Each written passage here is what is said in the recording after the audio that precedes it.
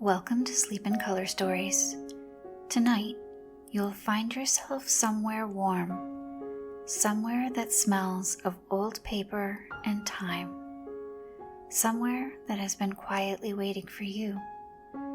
This is your time to settle, to close the door on the day behind you, and let the stillness of this place move through you like something familiar. There is nothing you need to find tonight, nothing you need to solve or search for. As you listen, you may notice your breath beginning to slow, your body becoming heavier and warmer, your thoughts softening the way candlelight softens the edges of a room. You don't need to follow every word. You don't need to stay fully awake. You can simply listen or allow the sound of the story to carry you. There is no particular place you need to reach, nothing you need to understand before the end. Only an evening where you can appreciate what has been, release what you have outgrown, and rest quietly into what comes next. So take a slow breath in. As you exhale, allow yourself to arrive. You are safe to relax. You are safe to let go. You are safe to be still. Now, the bookshop is waiting. Part 1. The Arrival. There is a street. You've never been here before, yet it seems completely familiar. That's the nature of certain places. They recognize you before you recognize them. The evening has settled over everything. A soft, deep evening, the kind that arrives in autumn, drawing the warmth of the day inward, wrapping the streets in something quiet. You can feel the cool air on your face, and beneath it, carried just barely on the breeze, wood smoke. Something burning somewhere nearby. A hearth, the kind of fire that's been lit for comfort, simply because the evening called for it. And there, ahead of you, between a narrow alley and a doorway thick with climbing ivy, a bookshop. Its windows glow from within, warm amber light pressing against the glass, softened further by the condensation that has gathered there, the natural breath of a warm interior meeting cold air. The light is steady, inviting, the kind of light that suggests someone has been here for a long time, tending things, keeping the warmth alive. In the window, books are stacked in various piles, some upright, some leaning, one lying open and face down. A small handwritten sign rests against the glass, but the words are too soft in the lamplight to read. It doesn't matter. You already know you are welcome. You push the door open. A small bell above the frame rings once, a single clear note, and then the world outside is behind you. The warmth of the shop wraps around you. A warmth that lives in the walls and the rugs and the stacked spines of thousands of books. A warmth that belongs to the space the way quiet belongs to a library. You stand just inside the doorway and breathe. The smell of this place moves through you before anything else does. Old paper, the particular sweetness of aged binding, something woody, cedar perhaps, from the shelves themselves, and beneath it all, faint but certain, the smoke from the fire you can now see glowing at the far end of the room.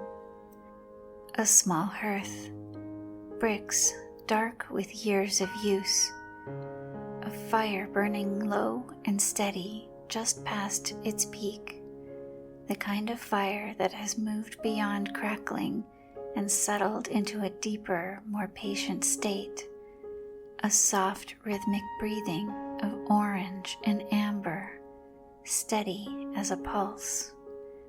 You take a slow breath in, and something in you that's been braced all day, braced for the next thing, the next demand, the next decision, begins to release.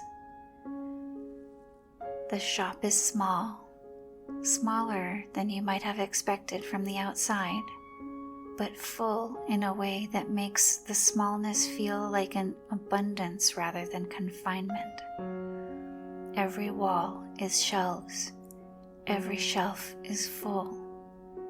Books arranged with a logic that is entirely their own. Here alphabetical within a section, there seemingly by color, spines shifting from cream to rust to deep green, and in one corner a tower of volumes that appears to follow no system at all, held in place by nothing more than mutual agreement and a slight lean to the left. Between the shelves, narrow pathways invite you forward, deeper into the shop, further from the door, further from the evening outside. You begin to move through them. Your pace is slow. There is no particular book you're looking for, and perhaps that's the best condition in which to find one. Your fingertips trail lightly along the spines as you walk. You can feel the variation of them, the smooth cloth covers, the textured linen, the cool, slick hardbacks, the soft, yielding paperbacks with their pages fanned slightly open at the top. Each one a world, each one a life's work, each one something that someone in some other place and time sat quietly with and made. There is something humbling about that, and something comforting. So many people across so many years have sat with their thoughts long enough to shape them into something lasting, long enough to offer them to strangers, long enough to trust that the words would find the right reader in the right moment, like this one. You move deeper into the shop. The fire is closer now. You can feel its warmth across the left side of your face, a gentle, specific warmth, the kind that makes the body turn instinctively toward it the way a plant turns toward the sun.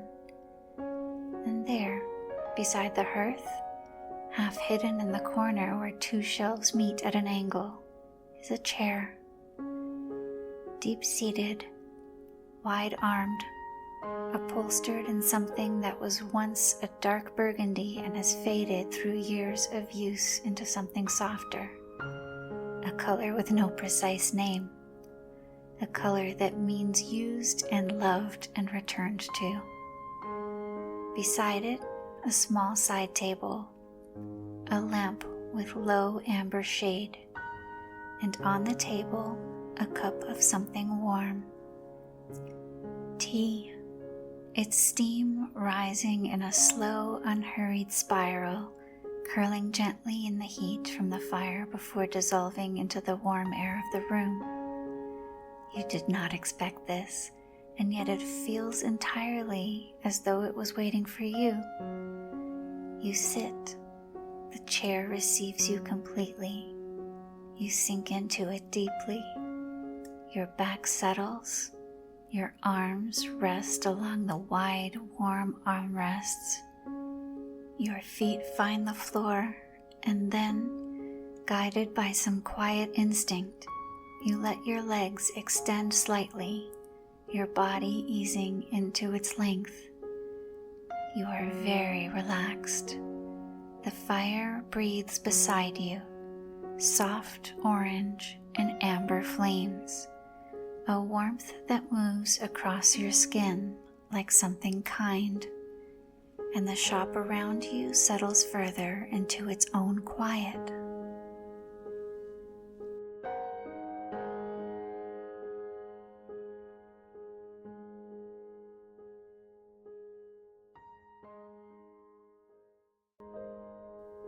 The story continues.